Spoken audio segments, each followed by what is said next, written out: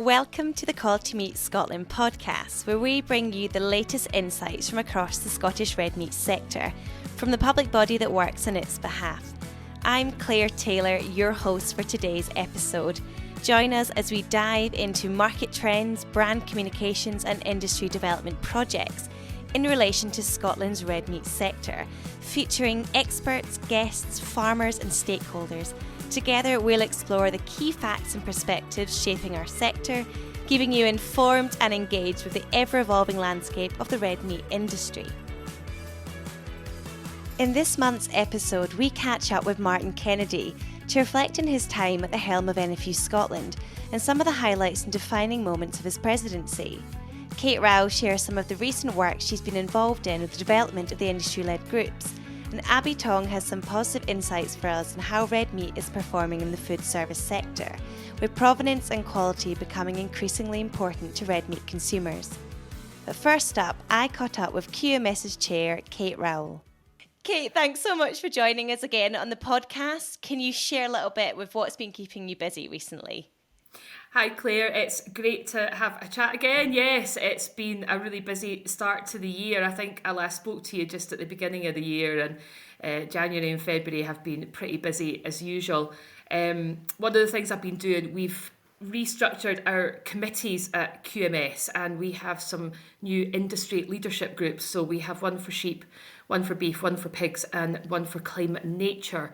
And the point of those groups is really to have that discussion with people out there in the sector to hear what their focus is, what their priorities are for QMS to do, and also to work together to sort of try and identify some of the things in the sector that maybe as a group we can do something about. So, for example, research that we could commission that might be needed out there, or we're looking at a new benchmarking tool in the sheep sector, or even something like communications that we could do as QMS that would help people out there on the ground to know either about what we're doing or how to answer questions, or just general farming tips, hints and tips. So there's a whole load of stuff that these industry leadership groups are planned to do, and these were the first meetings of them, and they were all excellent. I must say the people who came along were brilliant. Everybody was really engaged, and we hope that there'll be something that we can really build on moving forward and help with. And is that something that's going to go out around the country, or what's the sort of formation of the group, and how can people sort of feed into it, Kate? So obviously we can't speak to absolutely everybody, but the whole point is that we've tried to invite people from different parts of the supply chain in each of the sectors, people who are out there on the ground who can then go and talk to other people when they're out and about. We can't have everybody in the room with us, but what we want is for everybody to. It's none of it's secret, there's no sort of secrecy about it. Everything that's said at the meetings is perfectly open.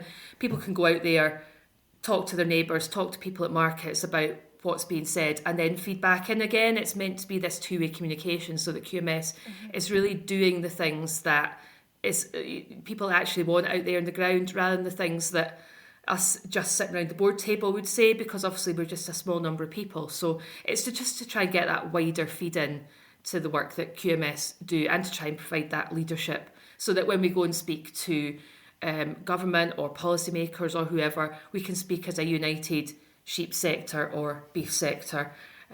So that's part of what we've been doing in January. That's been a busy few days. I'm not on all of those groups, but I went along to all the first ones just to get them launched and make sure that they were all going along fine.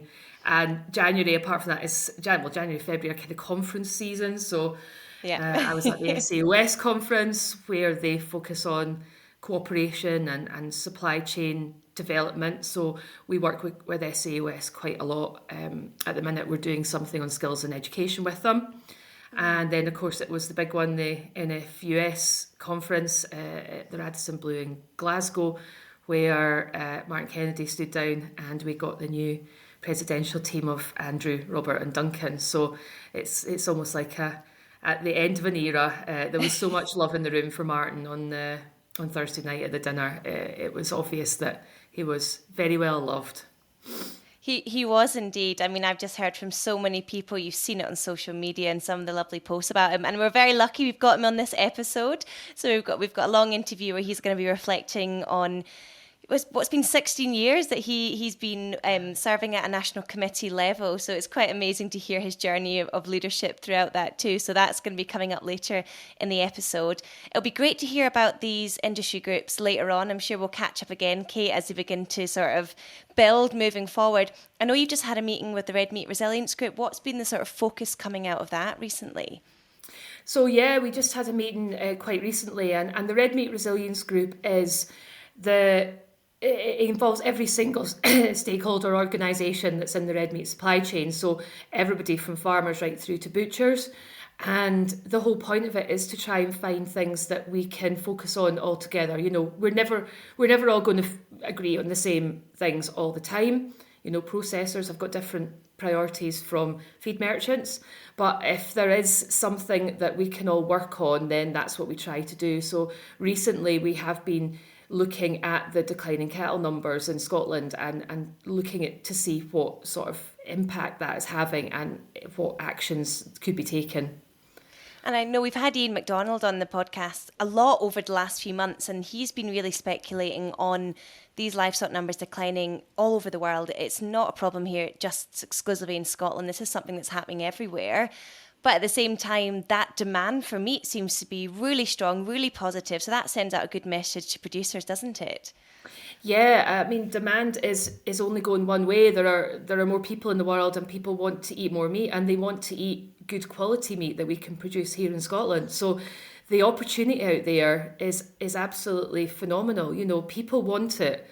And you know, if we had a group of young farmers round at the farm just the other day, and I was saying to them, go for it with cattle, because you know the long-term outlook is really, really positive. We just need to put in the work to get there. And Kate, you're going to be very busy. By the time this episode comes out, it's going to be bang into your lambing season. Of course, that's kicked off for lots of people around Scotland, around the UK. What are you thinking moving ahead? What's your sort of plan, your focus? What's your timings? What sort of message can you share with the wider industry? Well, we start on the 24th, which is slightly earlier than usual because we bought a couple of new tups, and one of them we just could not keep in any field at all. He just cleared fences. So after the third time we took him out from the ewes that he'd managed to find, we just decided that was going to be when we started lambing. So we're about a week earlier than we usually are. So hopefully the weather will play nicely. You just never know, do you? When you put the tups out in October, November, you never know which bit of weather you're going to hit. But we have had a bad couple of lambings. Well, not us personally, but as a country, we've had a bad couple of goes. So hopefully we'll have a lovely early spring. There'll be lots of sunshine and lots of grass. I'm really looking forward to it. I love lambing. I know it's hard work. I know it's stressful. But I really, really enjoy it. Although every year as you get older, it just gets that little bit more tiring. So yeah, really looking forward to it. Well, good luck, Kate, and I hope that naughty tup is going to deliver some lovely lambs through. That would be a nice twist, hopefully, to what otherwise has been a dramatic start to lambing, I'm quite sure. But thanks so much for joining us on the podcast, and we'll catch up with you soon, Kate. Thanks, Claire. Now I'm joined on the podcast by QMS's category specialist, Abby Tong. Abby, it's great to have you on the podcast. We've just been speaking to Kate Rowell, and she was mentioning about that rising demand for red meat, a real positive story coming through. And you've got some stats for us on how red meat is performing in the food service sector. What significant trends are you seeing? Yeah, definitely. And just before the findings, I would just give you some background information, because we see the food service sector has been suffered quite a lot during the pandemic period of time, and obviously because of the lockdown policies.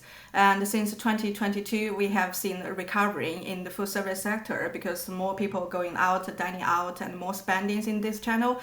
So we're just quite curious about what happened with the red meat performance within this sector. So that's why we have conducted this recent research piece of work with Lumina Intelligence. So it's we finding out actually the red meat is consumed at around 30% of the total eating out occasions. So that means the total red meat occasions are worth over 22 billion pounds in the UK total. So that's a very big market, a big number. So if we're breaking down further, we see that we could see beef is the most commonly consumed red meat and taking about 18% of the total occasions, while the pork is about 11% and lamb is under 1%. Well, it's why the beef is mostly consumed is because of the provenance of the beef burgers, like for example, and the beef steaks that we have. And for the porks, and we commonly see like morning bacon rolls and sandwiches in the cafes, and this is contributes to pork sales. So this is quite interesting information. And if talking about the Scotland level, and we have seen the red meat consumption level is a bit higher in Scotland, up by 1.5%. So that meaning actually there's a better trading opportunities for red meat in the food service sector in Scotland. So that's some very positive stories here. Yeah. and Abby, you mentioned that word provenance. We love that word provenance at Quality Meat Scotland. Are you seeing that translating into consumers? Are they asking questions? Are they interested in the provenance of the food within the food service sector? Yeah, definitely. And according to our recent research, we just found that across all the channels, we see the pubs and bars and the restaurants. They are the most provenance-led channels and indicating opportunities for local red meats. Well, according to the data, we see the consumers in Scotland have a stronger sentiment of buying local produce compared to the total UK at 42%. Well, this highlighting opportunity to call out this provenance on the menus in Scotland. And the other very interesting consumer insight we have here is about the quality. As we see, the same to retail side, we see the quality has returned to consumers' focus because we have seen the impact of the cost living crisis has been eased for the past year. So we see an increased number of very quality-led consumers across all eating out channels, especially for the restaurants and pubs and bars. Even though we have talked a lot about restaurants and pubs and bars, but actually it is still very important. The quality and provenance is still important to other channels as well. For example, we take like quick service as example. Imagine you have like a premium and locally sourced beef burger in front of you. That must be a very, very good selling point for the quick service as well. So that's the two biggest trends in the food service sector we have discovered within our research. And right at the top, you mentioned about red meat consumed at 30% of total eating out occasions. If we look at the other side, what about the sort of trend around vegetarian meals, kind of non-animal based proteins? What are you seeing in the last few years around those behaviours? Well, according to our research, we have seen a declining in the vegetarian and the vegan occasions for the past 3 years. It's the same thing we could see from the retail side. So we have seen more people they only have a very strict vegetarian or a vegan diet. They have turned into either flexitarian or whatever. So that meaning they will find more animal proteins in their diet, and so that means there's all more opportunities for red meat in this group of people. So it sounds to me, if I'm getting this right, Abby, that you've got since, of course, we've seen sort of ease in the cost of living pressures, that's translating to slightly more willingness to spend on that quality, asking those questions about provenance as well. So it's a pretty good story for the red meat sector. I mean, from the time that you've been looking at and doing insights within this, has this been one of the sort of the best results that you've seen coming out to give a real positive indication for those listening? Mm-hmm. Yeah, exactly. Well, from all the all the information I provided and we have got from the research, we see that actually provenance and quality are increasingly important to red meat eaters in the food service sector. And we see for food service providers, we can see it is important to call out this local, local red meat on these credentials on their menus, especially for service-led restaurants, this kind of channels. And although we see the price still impact consumers' choices when they're dining out, but they're still trading up opportunities, like see, especially on the social or on this treating your family or yourself for these missions. Just for the providers, you have to ensure that there's a good reason backing up the price. For example, you provide a premium red meat, like our brands, the Scotch brands red meat. For example, our Scotch beef, Scotch lamb, specially selected pork. This red meat born and reared in Scotland, and this whole chain assurance and premium quality, and all of these credentials can be mentioned in your menu, and it's very good triggers to get consumers into the restaurant and sit in and just a very good chunk of steak or the dishes, red meat dishes. So yeah. Abby, thank you so much for your time and thanks for your brilliant positive insights on the programme. Thank you, Claire. Our final guest on today's podcast needs little introduction to listeners. Martin Kennedy has been at the helm of NFU Scotland for the past 4 years, standing down from the role in February this year. Martin, it's been 16 years since you first served on a national committee for NFU Scotland. And of course, the last 4 years you have been president. You've seen some pretty big things in those past 16 years. Just to mention a few, I'm sure we'll get our teeth into. Of course, there's been Brexit. We've seen the COVID pandemic. We've seen multiple changes in prime ministers, first ministers. You've negotiated policy around the post-cap era, trade deals. We've got so much to get our teeth into. Have you had a chance to pause and reflect on the past 16 years, Martin? Not yet. No, it's still a bit strange actually, because my phone stopped ringing.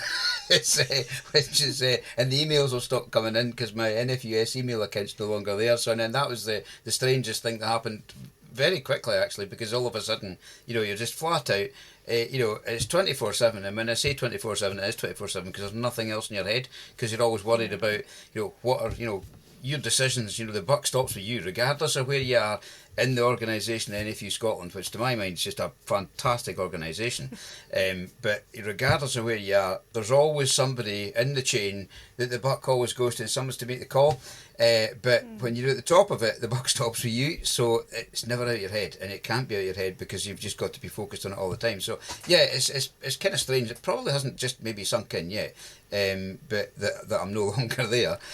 But I am no longer there, and it's great to be at home and doing things at home and helping the family at home. So it's quite a strange feeling, not just being the one that's sort of ultimately responsible. Although you've got a tremendous team, I've worked with a great board. Ultimately, when the decision falls and it's a decision to be made, the buck stops with you, and it's quite a responsibility actually. Well, I'm glad that it's paused for a little bit. The phone is off the hook, although I'm sure there'll be parts of you that'll be missing those conversations, and they'll come in new ways, of course, Martin. But sorry to make you go back into that mode for a second, but can you explain what's a day like in the life of an NFU Scotland president, so people can get an understanding, because I've been following your work as a journalist for so many years. I've interviewed you so many times, and you are incredibly busy, but share a little bit about the sort of tasks that you're involved in. So I think the task, obviously as an organisation, we're a lobbying organisation. That's the key. We've got a strong branch network with 10 regions, 72 branches, right across the whole of Scotland. But of course it doesn't just stop there. It's about UK, it's about European issues as well that's affected us. So there's so many things that, and you cannot be an expert in them all, and I'm certainly not an expert in any of them, but you have to have some knowledge of what you're actually talking about. So that's why it's so important that your professional team that we have are so good that they're helping you when it comes to actually, when you're speaking to whether it's politicians, whether it's supermarkets, whether it's right across the board. Excuse me. And I think I think it's the pressure that's the bit that people don't get, because and it doesn't matter whether, even when you do get the odd day at home, and it's great to get an odd day at home, but you maybe get a chance to go and bale some silage or something. That's a delight. But you're not thinking about the silage just going into the baler. You're thinking about what's coming up to the next meeting, or what's going to be said, or who's going to be saying this, or who's going to challenge what you're saying from a membership point of view. Because I think that's the pressure's not just from other organisations. It's not just from politicians. The pressure actually comes from your membership as well. So you're there in a position that's you're expected to make the right decision for all your members. That doesn't happen because and that's probably what gives us the credibility as an organisation that we have, is because we've got to take a consensus, already have a consensus from the industry before we go and negotiate or lobby, because if you go to what might be right for beef or cereals or the horticultural sector, might not be right for the sheep sector, or it might not be right for there's so many different angles to agriculture. Trying to get a consensus in a direction of travel in one specific point is nigh on impossible to get everybody happy. And if you try to do that, you'd be failing in your job, because ultimately there's a decision to be made that's got the consensus of the whole of agriculture's interest at the core. And that's what you've got to take forward, and that's what you've always to have in your mind. So that's the bit that's always in your mind. So from when you get up in the morning till you go to bed at night, you're just thinking about what's the best consensus that's going to be, because it's the big picture. We can never be in silos. You can't look at it in silos. We're no longer. It was different when you mentioned 16 years ago. Yeah, so 16 years ago, I went in the LFA committee. National LFA committee, and I thought it was great. I thought it was really, really good. But you were talking about less favoured areas issues, and then it wasn't until you started speaking to other people, and then when you got more involved, and once you stepped up onto the LFA chair, you got involved in the board, and you're hearing the perspective from other people. You thought, wait a minute, there's more to life than just LFA here, and there's more to the economy, there's more to the environment, there's more to food production than, because when you're in a silo and you're just thinking, I'm a hill farmer in Highland Perthshire, as far as I was concerned, that's all that really mattered, and that's being honest. It's a totally different ball game when you get into the position of having to take the whole industry forward. So then you're having to talk about issues like seasonal agricultural workers. Not a thing you're worried about in hill farming in Highland Perthshire, but that's such an important issue for so many sectors, and it's incredible. Pesticides issues, all these kind of things that are across the board that affect other sectors, have to be, and it's always in your head, and you cannot be an expert in all, but you have to have some form of consensus that kind of that helps you make the right decision for the industry. It's so difficult because often when we talk about agriculture, that word silos is often used because people are in the weeds. They're in an echo chamber of an issue that matters. They're so passionate about. So what a journey that you've come on. I can just imagine having those issues in the west coast of Scotland, particularly on the LFA side of things, to then moving up to a level, you're at a national level, you're going down to Westminster, you're going across to Brussels. I mean, that must have been completely, huge change for you from a mindset perspective, and trying to bring people on that journey, because that's the thing, isn't it? Because you're going up with people on that committee and you're bringing people up, everyone's perspectives changing at the same time. I mean, did you envisage what it was going to be like being president? I mean, first of all, was it something that you wanted? I mean, and how has it been actually, I guess, falling into that position, so to speak? I mean, was it what you expected? No, so it wasn't something, when I went on to, so it goes back to, I can't remember now, it's probably 2002 or 3 or something like that, when I was in the local branch, and then I went through sort of branch, so I was branch chair for a while as well, but then before that I went on to the as an LFA monitor for East Region, for East Central, and of course it was funny because it was somebody who was stepping down. It was actually Dave Murray, my neighbour, that was stepping down. So I've always said to him, if this goes wrong, it's his fault because he got me started. And he said, that a call out now? Yeah, I'll say it. he's just a neighbour along the road. Hope Dave's listening. Yeah, he will be. Hopefully. And he said, "Would you go on as the LFA monitor?" He says, "I've done it for a few years." I thought, I could do that. I'll have a go at that. And then, of course, but you never ever even going on to the LFA committee. Eventually, when you went on to the national committee, and I thought, well, no, never in your mind was it that you were going to go further, and certainly not dreaming of going on as doing vice president or president, nothing like that at all. It took years, and it wasn't until I was well into the chair of the LFA committee that people started asking me if I would think about stepping for a vice president. But it's not something you're thinking of at all. But at that time, of course, when you're on LFA committee as representing the East Central views, and you think, oh, this isn't right, or we need to change this, and you think that's no bother, well, we just need to change it, and there was big issues about areas of natural constraint, and it was really frustrating me, and I was always saying to Johnny Hall, "This is ridiculous, Johnny, we need to change this." He said, "Well, it's not just as easy as that." I said, "It is, we just need to go to Brussels and say, this is not for us. We need to tell them. Just need to tell them this is not for us." And I was quite persuasive, and Johnny actually gave in. He said, "Right, okay, we'll go to Brussels. We'll do that, and we'll go and speak to DG Agri, and we'll tell them exactly what we think. Just you crack on. You tell them exactly what you think." So I thought, right, I'm the big man. I'll go and just tell Brussels exactly what Scotland needs, and you just back off.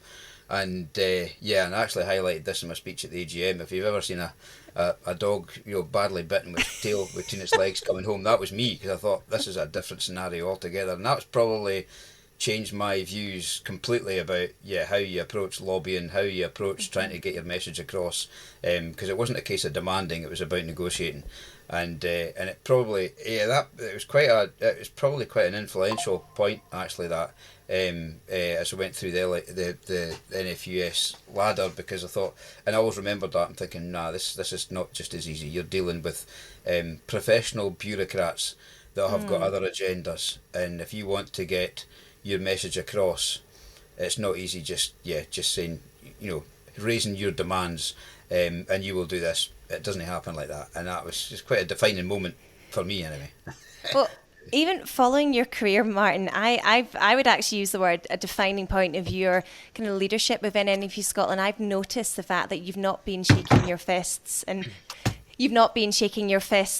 sort of making demands, because I guess that first meeting in Brussels was probably pretty important, because it sort of strikes that balance between how do you keep different stakeholders at the table, because I think that's always the point, isn't it? I mean, we've seen this sort of upsurge in protests across Europe sort of since 2017, 2018. I mean, it's happening all over the world. Some have worked, some haven't worked. Everyone's taken slightly more aggressive approaches now to advocacy, but I know we've always talked about the sort of more peaceful approach, and your rallies as well, they still raise the profile, they've still been very impactful, they've still had great engagement from politicians, but it has been slightly more of that kind of softer, kind of diplomatic approach to advocacy. Would you say so?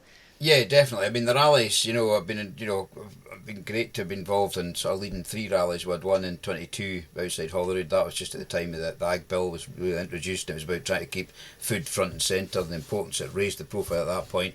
And then obviously we had the recent one there, and then in November again, and then of course we had the 25th of January one with the IHT RBPR. It was us that kind of pushed that one throughout the UK. Sadly, we had to postpone about ours because of Storm Aowen, and it was the right decision to make, but we went the following week.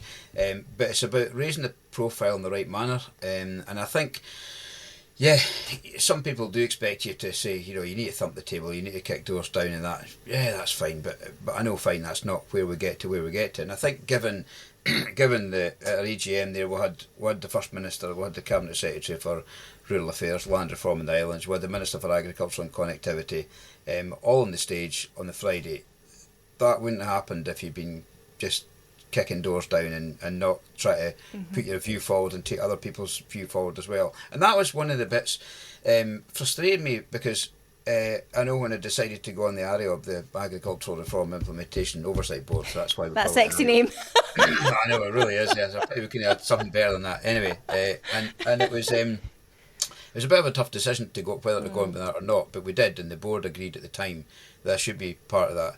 And I think it's proven that you're actually better in the room, because I've always said that you can throw the toys as much as you like, throw stones from outside the room, but if you're not in the room, you've got no chance of influencing. Now, sometimes you've got to raise the profile. That's why we've had the rallies, and these rallies were influential because they did actually shift. They did absolutely shift the dial on sort of the profile of agriculture, but you have to do it in a manner that doesn't hack people off. And the last thing we want to do is annoy the general public. They're our biggest consumer.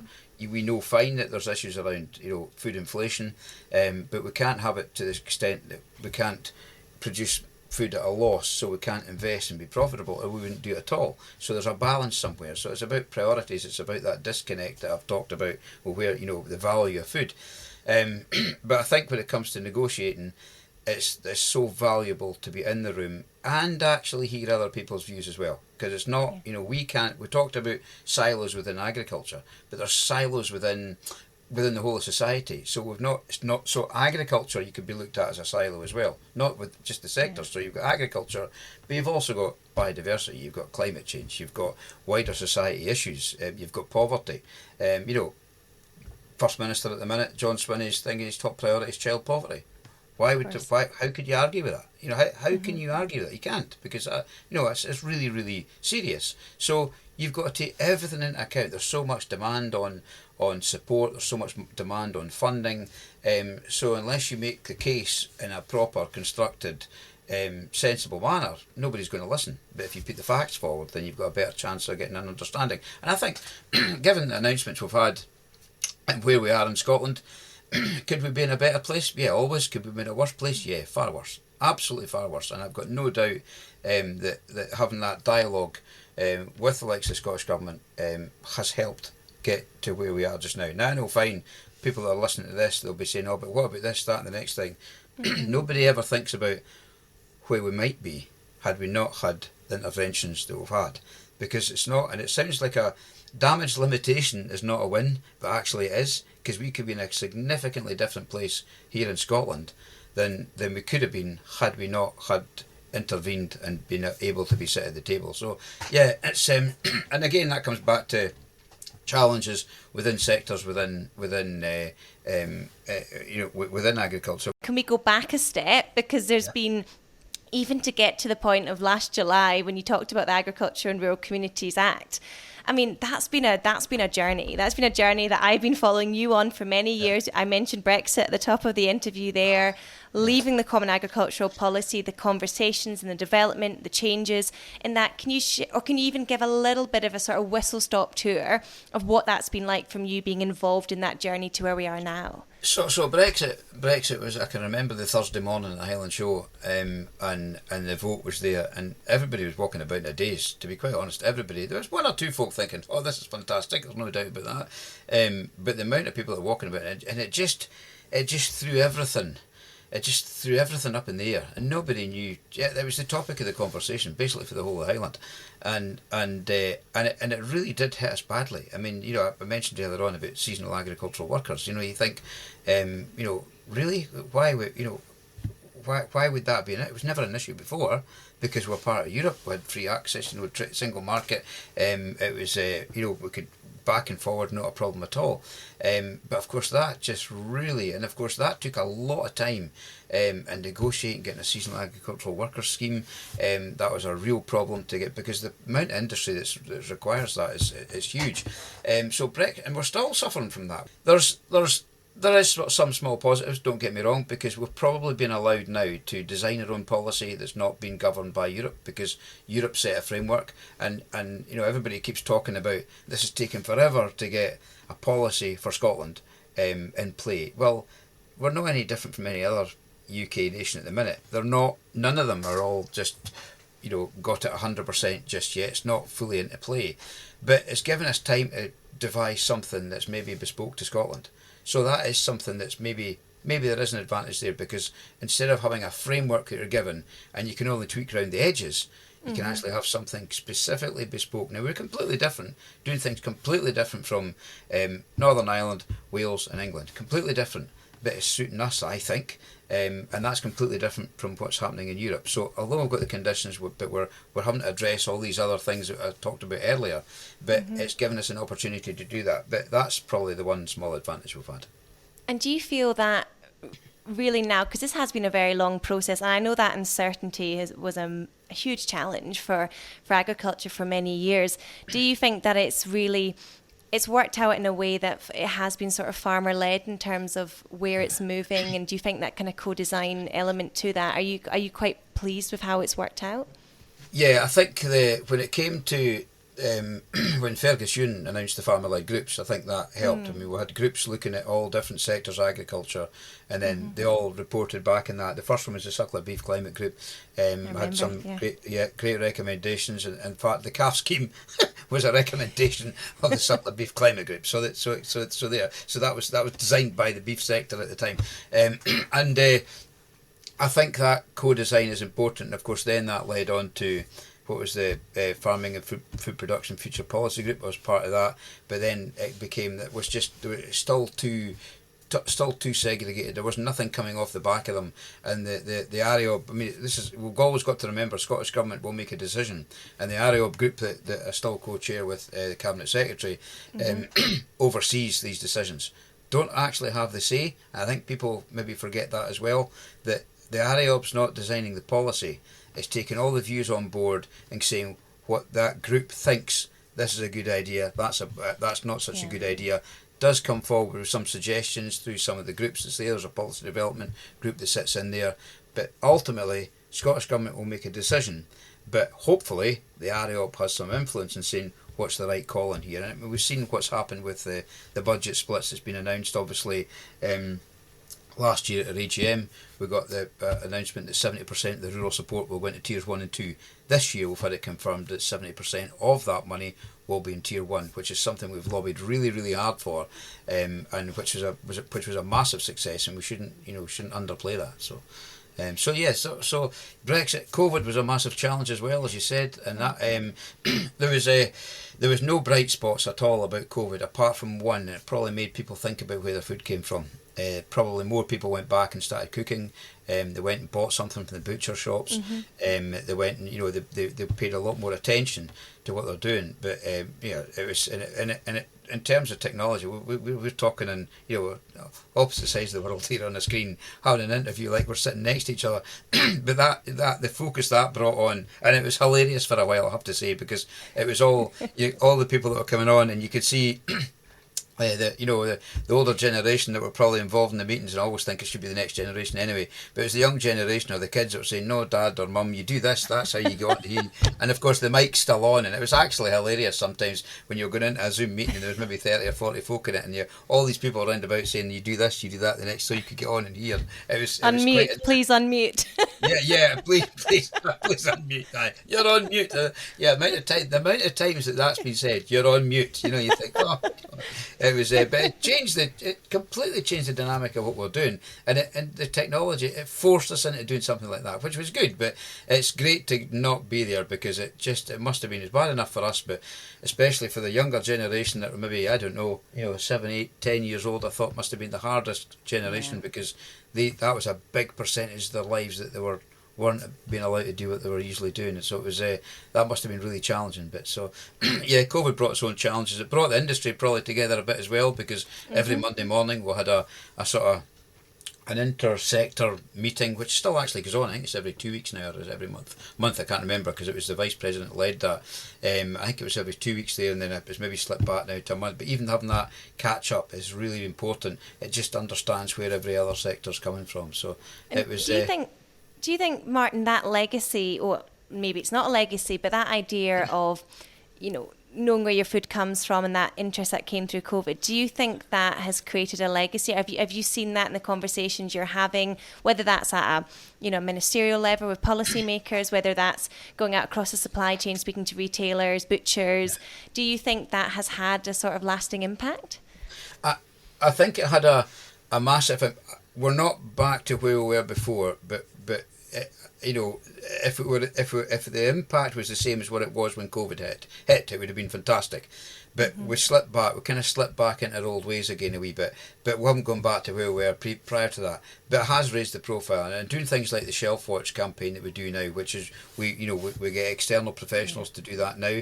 That's raised the profile. It's highlighted a lot of things on labelling as well, which is we need to try and address that. It's one of the things I've been really pushing as well. And because and the trouble is, it's not just about where we are with retailers. Food service is a third of our consumption, and nobody ever asks a question. Nobody asks questions. Yeah. Nobody asks the question. So we need to really try and revamp that. We've been pushing that and really, really hard this last sort of year or 2 years, and hopefully we'll maybe get some traction on that, especially on the labelling side. But that has to be UK wide. We can't just do that from a Scottish perspective. That needs to be UK wide, because labelling's a vast majority of the regulations reserved.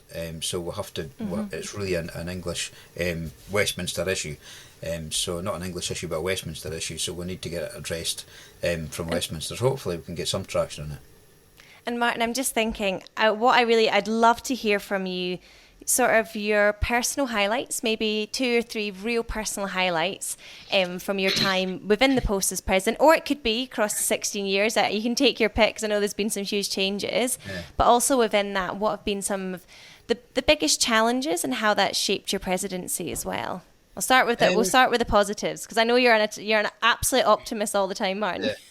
Yeah, I think challenges. So the positives. So I think the positives. One of the things I was really pleased about, and I remember when I was vice president, I tried to do this. I mentioned how important the pig sector and the poultry sector are. People don't recognise that, and we had at the time, it was a pigs and poultry chair.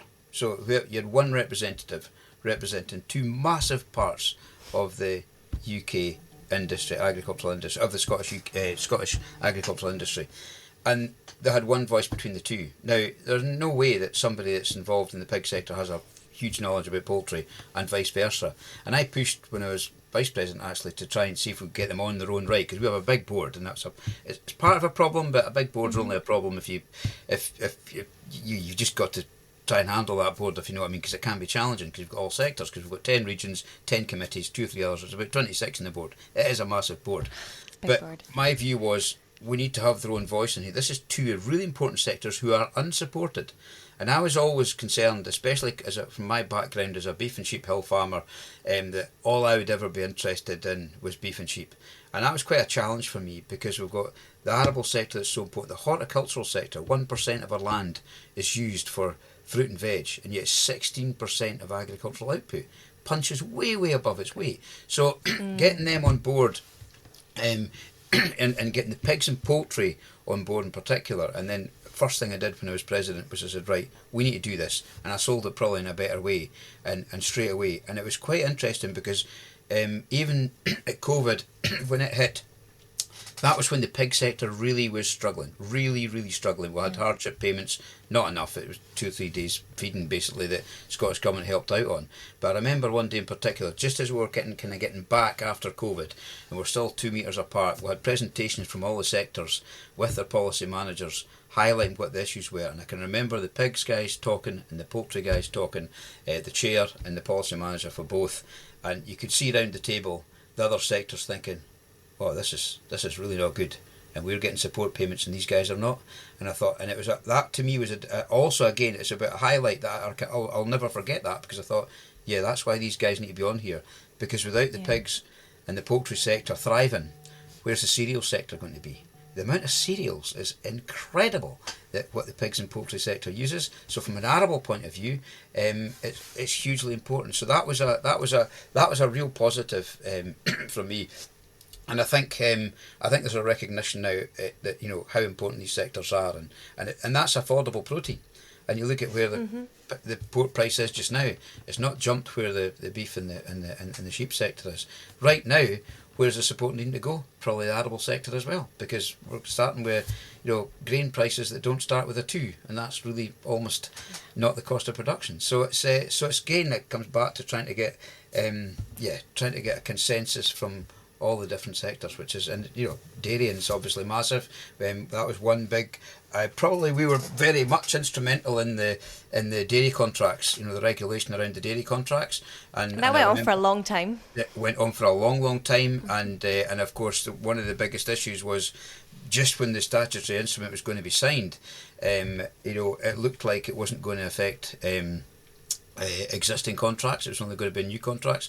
We dug our heels in seriously on that one. We had legal advice helping us as well, and we managed to. It was really, NFU Scotland had a big push on that one, because again, the dairy sector is so important. Every sector's important, but until we got that right, because that then sets the scene for how future contracts, fairness and supply chain is actually going to come into play as well. So it was important that first one was right, and the team that was leading that, really pushed it really hard, and we, constantly pushed on this one. Again, issues with DEFRA we had, serious issues, because they were just wanting to get it through and get it signed. No, we said, no, we need to get this right before it goes forward. So, and, some people say it's not perfect yet. Nothing's perfect, but it's made a difference, I think. And I might not even dwell on the challenges, because I think you've incorporated some of the challenges in some of the stories that you've shared, Martin, so I'm not going to get you to specify challenges. But what I might get you to do is to pass on a challenge to the new president. And what are your key asks going forward, and where do you want to see NFU Scotland and Scottish agriculture in the next few years? What's your message? I think is don't take your eye off the ball and getting the next generation involved. It's so important. We've had a big push. We've obviously launched a partnership with the Scottish Association of Young Farmers now. The Next Generation Committee within NFU Scotland has come on leaps and bounds now. It's now chaired by Ben McClymont. We've had a number of chairs that have taken it to the next level all the way through, and Ben's been a fantastic chair in there, and he's taken it to the next level again. But this sort of formal, we've now started having the chair. Two representatives from SAYFC coming to a board meeting, and that's going to happen twice a year now. That sort of dialogue, because it's so important. It's always been my biggest driver, the next generation, because it's all right. We're getting towards the, well, I hope not just quite yet, but getting towards the end of our career. But the next generation is important. And I always remember, when I started being vice president, I was going away, and Katrina in particular, she's done the one that's home here all the time, and I've won my youngest daughter for part of the time as well. And she'd been making decisions because I wasn't answering the phone because I'd been in a meeting somewhere. And to be honest, I was coming home for a while and thinking, oh, why have you done this? And then after a while I was coming home thinking, oh, I didn't think of that. And we're really not good at letting the next generation get the say early enough, and that's a problem. So succession's an issue. So it's getting the next generation. So my advice to the next presidential team, where I'd like to see NFU Scotland, is still taking on board the views of the next generation. I'd also say keep the dialogue positive with whoever you're speaking to, and keep it respectful, because it's all very well, as I said before, you can make a noise, you can lose the plot, and it sounds great, sounds fantastic. You've got the front page of all the papers that's there, but it happens once, then the door's shut, and somebody else is in there making the decisions for you, and you might get thrown the scraps. It's quite interesting at the AGM. Mark Schumann, the Finnish COPA Cereals Committee Chair, spoke, and he said it's really important that you're not the menu. You shouldn't be in the menu. You should be involved in the discussions. You're not actually the menu. So it's. They say the saying they always is, if you're not at the table, you're on the menu. You're on the menu. Yeah. Exactly, that's what he said. Yes, and that's exactly what he said. And so you don't want to be on the menu. You just want to be at the table. So it's and that's important. You don't always get what you want. That's the thing. So, and it's about constructive dialogue. It's about being respectful. And I again. It is challenging for NFU Scotland. It's challenging as president and as vice president, and for the team that's working there as well, because you're taking a view forward that doesn't please everybody. The bit that frustrates me, there's not much that gets me down, but negativity gets me down, and people talking things down and saying you're not doing this, you're not doing that, you're not doing the next thing, you shouldn't be doing this, shouldn't be doing that, shouldn't be doing the next thing. However, these people tend to be the ones that really don't do anything for you anyway, and that frustrates the hell out of me, and it's constant, and it's probably comes from the same sort of direction of travel from, but that happens, and you've just got to rise above that and say, well, maybe that's your opinion, but I've got a bigger picture here that we've got to try and take forward. So I think you've sometimes to, and it's really hard shutting that out, because it's quite often a loud minority, and that can be a problem because, and also don't think it doesn't get to you, because it does. But my advice to the next team is try and not let it get to you, because think of the positive all the time and think of the people that are actually behind you all the time, because that's what's important. Because the ones that are negative are the ones that are not going to go forward, and the ones that are negative are the ones that are not going to see the benefits of the decisions that are made now. They'll just take that for granted. But the other thing that frustrates me is the people that are not members of NFU Scotland, because they're riding in the coattails, and they're actually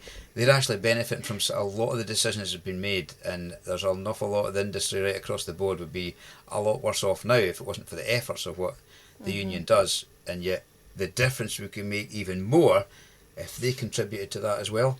It would be massive. So there's a one for everybody that's listening that's not a member. And if you're not, give me a phone. I'll explain why you should be. That's you saying the phone's gone quiet. It's about to increase the number of calls coming in, Martin. Yeah, okay, no. Right, okay. Well, if they're going to phone and say I can convince them to be a member, that's not a problem. Yeah. Well, I guess, there's some really positive messages, isn't there? About prioritising the progress that you're making with making space for the next generation, incorporating them in the conversations around shaping policy, leading the union going forward. And like you say, those conversations around succession, and even, like you said, stepping away and seeing Katrina stepping up at home. You sometimes need to step away to give the opportunity to showcase that. Yeah. I think that's a great message, not just to the presidential team, but to everyone listening.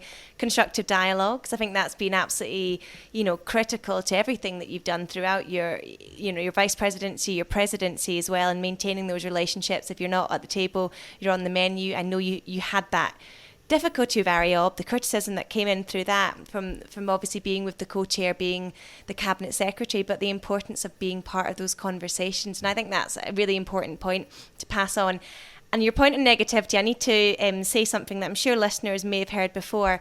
But if you'll remember Mark Gascoigne, who travelled with Farmstrong a couple of years ago from New Zealand, a dairy farmer, he was talking about how you respond to negativity, and some of that negative mindsets and that kind of echo chamber that can, like you say, those minorities can be quite loud. It's something I tell everybody, so I'm sorry I'm doing it again, but he always said, why would you choose to step in dog, I'm going to say poo, when you can choose to walk around it? Because we so often, we seek the negativity when really that swell of support, we don't see that. And sometimes when you're in that space, I think that kind of goes with what you're saying, Martin, is to the next team, they're going to get the negativity, but look for the cheerleaders, look for the positives around that. Yeah. But Martin, I have to finish with, I know your bell's going to be, your phone's going to be ringing now. You've asked everyone to make sure they're a member of NFU Scotland. But what next for you? Because it possibly is going to quieten down for you. It's very much going to quieten down for you in one sense. But where are you going next? What's your focus going to be? Because everybody will be dying to know what's happening with Martin Kennedy. Yeah, well, we've got a few issues we want to try and get on top of here at home. We've got another shed we want to get up. We're planning to build a house that I'm going to be involved in. Well, we're going to be building a house. We want to be involved in that. We're also looking at developing a bit of agri-tourism here. And the reason we want to do that is because for the last number of years now, we've had, farmers from all over Europe giving us a visit just because of the position we're in. We've had every year from sort of 4 or 5 years ago now, I think, we've had a group from the States who come over and stock judge at the Highland Show, and they always come here on the Monday or the Tuesday. It started off with about 15 or 16 of them, and then and it went up to the next year, I think there was about 30 odd. Last year we had 81. They've just booked to come in to do it again, and there's 102 coming. So and we're taking them up the hill in the trailers to see the Highland cows in their natural environment. And we're just the amount of people that said you need to do something on this. So we're going to try and develop that, because I think there's we do bed and breakfast. It's try and diversify to help the income of the farm as well, which I always think is a frustration, because no other industry has to diversify to try and support the main core of the business. But we're going to go into that as well. I might do something else, but I think I need to focus right now.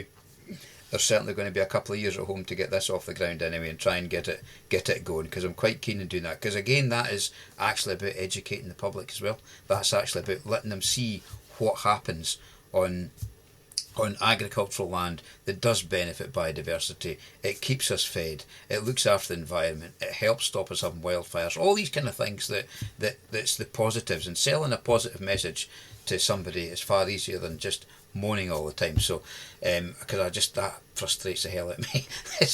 So that's what's good. That's right now. That's what's immediately in front. Well, I wish you all the best with that, Martin. And I know in all the phone calls we've had over the years, you've always ended phone calls by saying, but Claire, I'm an optimist. So, Yep. I'm going to keep positive. And I think that comes across in absolute bags. You're not going to lose that. And I'm just wishing you all the best with your family at home on the farm. Get that shed up, get into your agritourism more. There's some great opportunities there. We've seen it driving. We've got not that I'm giving another shout out, but it's the World Agritourism Conference next year. How fantastic it's going to be in Scotland. So there's so much excitement there. But good luck with everything, Martin. We'll all be following your journey, and I'm sure the presidential team as well will have lots of valuable lessons to have learned from your time on the post as well. Thanks so much for your time. Okay, thanks, Claire. Thank you for tuning in to the Quality Meat Scotland podcast. Don't forget to subscribe wherever you listen for more monthly episodes as we continue to explore the vital topics affecting the red meat industry. If you want to stay updated with the latest news in our sector, be sure to sign up for the weekly QMS newsletter by emailing info@qmsscotland.co.uk. Join us next time for more insights from experts, farmers and industry leaders.